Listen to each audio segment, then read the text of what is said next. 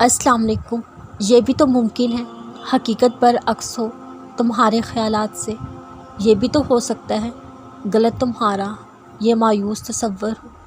اللہ نے وقت مقرر کر رکھا ہے ہر چیز کا، یہ ضروری نہیں کہ جس کی چاہ ہے تمہیں وہ ابھی ہی تمہیں میسر ہو۔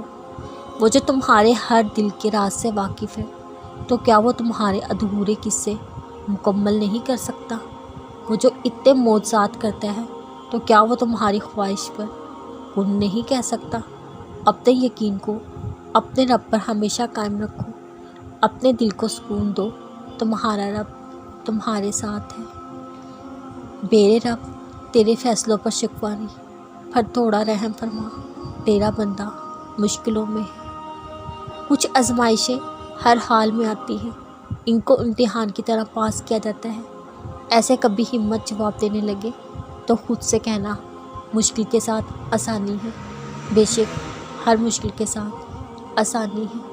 اگر کوئی غلطی ہو جائے یا کوئی گناہ ہو جائے، ان کا بوجھ تمہیں اندھیری راتوں میں لے جائے، تو وہی کہنا جو حضرت یونس علیہ السلام نے اپنے رب سے کہا تھا، اے میرے رب تیرے سوا کوئی عبادت کے لائق نہیں، سب تعریفیں تیرے ہی لیے، بے شک میں ہی ظالموں میں سے ہوں۔